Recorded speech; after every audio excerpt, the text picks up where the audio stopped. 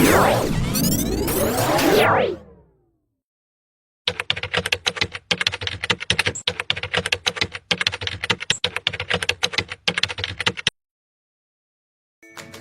teman-teman, kita akan membahas apa itu infrastruktur teknologi informasi beserta komponen-komponennya.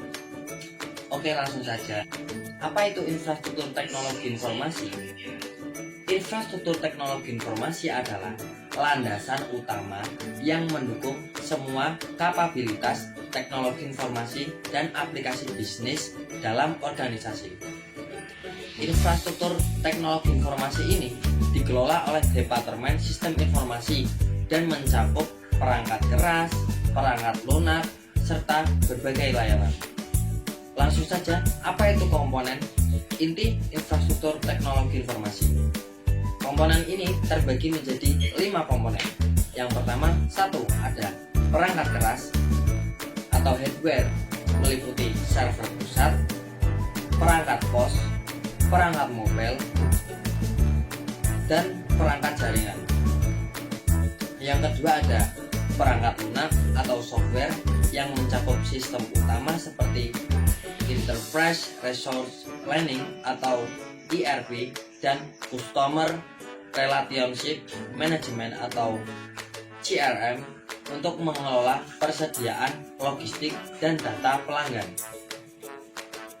Komponen ketiga ada jaringan dan komunikasi, memastikan konektivitas antar cabang seringkali melalui VPN dan cloud untuk akses sistem dan pengelolaan data real time.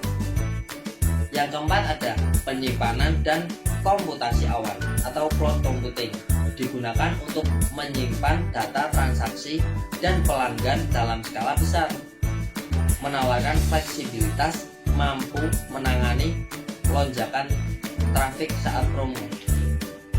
Yang kelima ada sistem keamanan cyber atau cyber security, menerapkan proteksi data melalui firewall, enkripsi, dan sistem deteksi intrusi serta menangani audit dan insiden. Sekian penjelasan saya mengenai infrastruktur teknologi informasi dan beserta komponen-komponennya. Nah, selanjutnya aku akan membahas teknologi yang mendukung infrastruktur teknologi informasi. Perkembangan teknologi membuat IoT dan smart system makin canggih, dan semuanya berkembang lewat beberapa tahap utama. Pertama, ada jaringan komunikasi seperti Wi-Fi, Bluetooth, LoRaWAN, dan 5G yang menjadi penghubung antar perangkat supaya bisa bertukar data lebih cepat. Lalu, masuk ke tahap sensorisasi. Di sini, berbagai sensor dipasang di benda fisik untuk mengumpulkan data dari lingkungan seperti sensor suhu, sensor cahaya, dan sensor gerak. Dan semua data itu diproses lewat cloud dan edge computing. Cloud berfungsi untuk menyimpan dan mengolah data lebih cepat dalam jumlah besar, sedangkan edge computing memproses data langsung di dekat perangkat agar hasilnya lebih cepat dan efisien. Berikutnya ada platform IoT yang berperan untuk mengatur dan memantau semua perangkat supaya sistemnya tetap terhubung dengan baik. Dan untuk menjaga keamanan, diterapkan juga enkripsi data agar informasi tetap terlindungi dan autentikasi perangkat supaya hanya perangkat yang sah yang bisa tersambung ke sistem. Dan yang terakhir ada artificial intelligence atau kecerdasan buatan. Teknologi ini membuat perangkat IoT nggak cuma mengumpulkan data saja, tetapi juga bisa menganalisis dan mengambil keputusan secara otomatis berdasarkan informasi yang diterima. Dan dari semua tahap itu, terciptalah sistem IoT yang efisien dan responsif. Halo guys, nama saya Putra Aditya Ramadhani. NIM saya 25230118. Kalian tahu nggak sih, ada hardware yang keren sekali dan yang bisa bikin sistem IoT dan sistem yang canggih. Kita mau tahu? Mari kita bahas sekarang. Yang pertama, komputer mini. Pertama ada si kecil jagoan, namanya Raspberry Pi. Ini open source yang bentuknya kayak komputer mini. Fungsinya apa? Buat hubungin sensor akuator untuk memantau proyek IoT secara real time. Terus ada juga yang namanya Arduino yang bisa baca sensor dan mengendalikan aksi fisik sama seperti Node MCU. Tapi bedanya dia itu punya koneksi WiFi bawaan. Jadi satset langsung pantau internet untuk atau sensor. Yang kedua ada sensor dan otomasi. Lanjut ke bagian vitalnya, sensor dan akuator. Sensor tugasnya kumpulin data kayak suhu, gerak atau gerakan. Kalau akuator yang begitu berbeda, misalnya nyalain lampu atau buka kunci pintu, atau mereka ini sepasang gak bisa dipisahin jadi satu. Buat proyek yang lebih kompleks dan butuh koneksi ganda, ada MIPI 32. Ini berbasis X2, kapasitasnya lebih besar dan punya WiFi sekaligus Bluetooth. Pokoknya buat IoT yang lebih level up, ini solusinya. Di Raspberry Pi, Arduino, Node MCU, sensor, akuator, dan MIPI 32 adalah garda terdepan dari teknologi IoT kita. Gimana? Kita sudah siap bikin proyek smart system belum? Apa aja tren platform perangkat lunak komputer berbasis Internet of Things dan Smart System? Pertama, ada di AWS atau Amazon Web Service. Ini bisa dibilang platform paling besar dan paling matang di bidang cloud computing. AWS punya layanan mulai dari penyimpanan data, komputasi, sampai sistem keamanan enterprise. Keunggulannya tuh di skalabilitas dan keamanan. Jadi cocok banget buat proyek IoT berskala besar yang butuh performa tinggi dan perlindungan data yang kuat. Selanjutnya ada Microsoft Azure. Platform ini dikenal karena integrasinya mulus banget dengan produk-produk Microsoft lainnya, layaknya Windows Server, Active Directory, dan Office 365. Azure juga udah lengkap dari sisi keamanan, mulai dari compliance, standar industri sampai perlindungan jaringan. Jadi kalau kamu pengen bikin sistem IoT profesional dan terhubung sama layanan Microsoft, Azure bisa banget jadi pilihan utama. Berikutnya ada Google Cloud Platform atau GCP.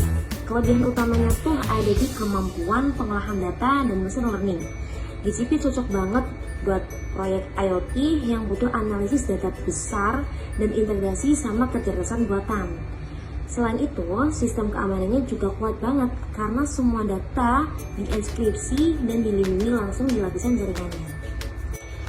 Sekarang kita masuk ke platform yang lebih dekat sama pengguna, yaitu Blink, platform IoT berbasis mobile yang memungkinkan kita mengontrol perangkat langsung dari smartphone, jadi bisa dari PC maupun mobile. Kelebihannya, kamu bisa bikin dashboard interaktif tanpa perlu ngoding ribet, jadi nggak perlu ngoding yang ribet-ribet banget, tinggal drag and drop aja. Sementara itu, untuk TeamSpeak lebih fokus ke pengumpulan dan visualisasi data.